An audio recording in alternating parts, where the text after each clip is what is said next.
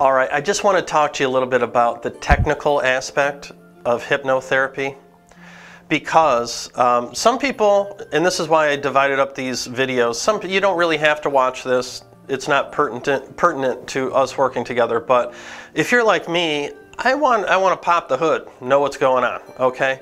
So anyway, what this is not, traditionally hypnotherapy or hypnosis has been direct suggestion. That means if somebody comes in and I work with someone, you know, and they're, let's say, clinically depressed. Well, what I do is I put them into hypnosis or the theta brainwave state, and for 1 whole hour, I just tell them how good they feel. You know, so if they told me, oh, I feel bad in the morning and when I'm alone, then I say, well, now that you know, when you find yourself alone, you feel good. In the morning, you should feel great. You notice you have a smile on your face and a smile in your heart, blah, blah, blah, blah, blah, blah. Count of 3, eyes wide open, 1, 2, 3. Well, they would feel really good, but I didn't fix anything. That's like putting a Band-Aid over a symptom. That does not change things. They might feel good for a day or two or a week, but the problem will come back because you didn't find that program that's causing it running in the subconscious mind. So it's still there. The belief, the emotions, the perceptions, you didn't change any of that, okay? So when I work with people, I use a lot of different tools in my tool belt. I use something called parts therapy. We sit around a table. We're going to identify the part of you that wants the change. I'll have you imagine, give it a shape, a feeling, which is really what I want, and a name. And it's sitting right there at the table with us. Now let's call out the causative part, the part causing this disorder. Let's give it a shape, a feeling, and a name. Then I talk to the causative part directly. You can use my client's vocal cords or give her your thoughts without harming her. What are you here to do? Are you here to punish or protect? What's your job? Punishment or protection? Well, how do you implement this? At what times do you come forward to do this? You know, my client's life, it's like a timeline. At the now position, you're here because you're sitting at the table with us. But if you go back 10 years, 20 years, 80 years, 800 years, there was a time when you were not here. So I'm going to snap my fingers when I do, a number pops into your mind. That's how old client was when you, causative part, first showed up. 4. Oh, causative part, take client's hand. Take her back to the very first moment, the very first situation when you first showed up. Give her all the information. Let her know what's being said, how she feels. 3, 2, 1, boom. So what am I doing here? I'm finding the emotion that's causing the problem. I also ask that part, what do you believe to be true about client? So I get the belief system. We find out where it started. We clear it away at its source. And then, you know what? 9.9 times out of 10, when we come back after doing this, we come back to the table, the causative part has disappeared. Ooh, well, that's good, isn't it? The part causing the problem just isn't there anymore. So that's one thing I do, parts therapy. There's something called age regression. I just talked about it briefly. What this is the emotion dictates the behavior. A good example, if you're angry, what might you do? You might yell, you might throw things or break things. The very second you find anger and remove it or neutralize it is the exact same moment that the behavior of yelling and breaking things and throwing things disappears. That's true with fibromyalgia, panic attacks, anxiety. It's true with everything. Or someone drinking too much, okay? Drowning my sorrows. Or weight loss. I can't stop eating at night. Well, why? I'll tell you why. Because there's an emotion dictating that behavior. So instead of going to the 12-step alcoholic program for like 10 years, how about we get in there, we find out why you're drinking, what's the emotion, what's the belief system causing it, and remove it. Once you remove it, you're not drinking. Once you remove it, you're not overeating. Does that make sense? So this is not just me, telling you or guiding you. It isn't that at all. This is therapy. This is therapeutic. We're making changes. So we do chair therapy. What's the part causing the problem? Age regression. Let's go back and find out where it started. Clear it away at its source. Something called timeline therapy. That's an NLP, or neuro-linguistic programming technique, that I've swapped out and I use it under hypnosis. That's going back in time in a different way, an easier way. We're not going back to the first time you felt that feeling, we're going back to before you ever felt the feeling. Before.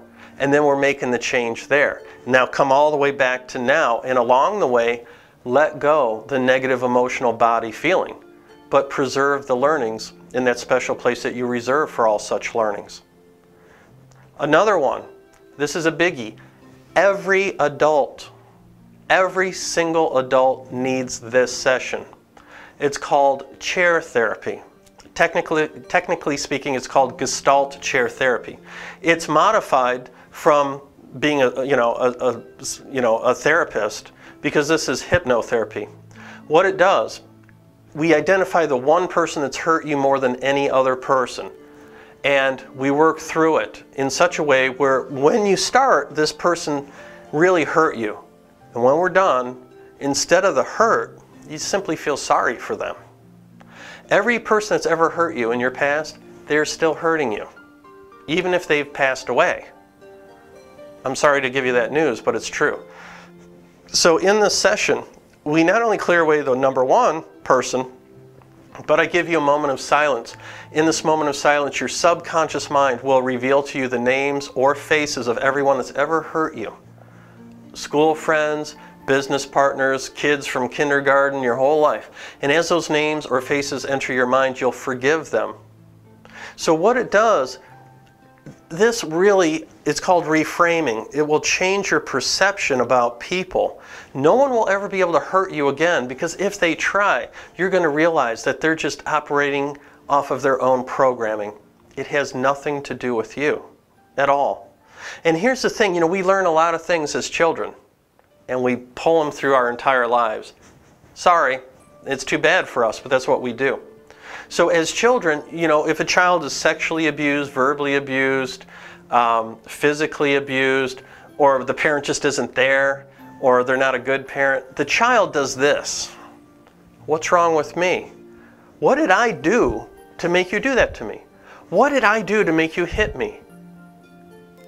Or parents get divorced. What did I do to make you guys break up? Was it when I didn't listen? I'll listen better.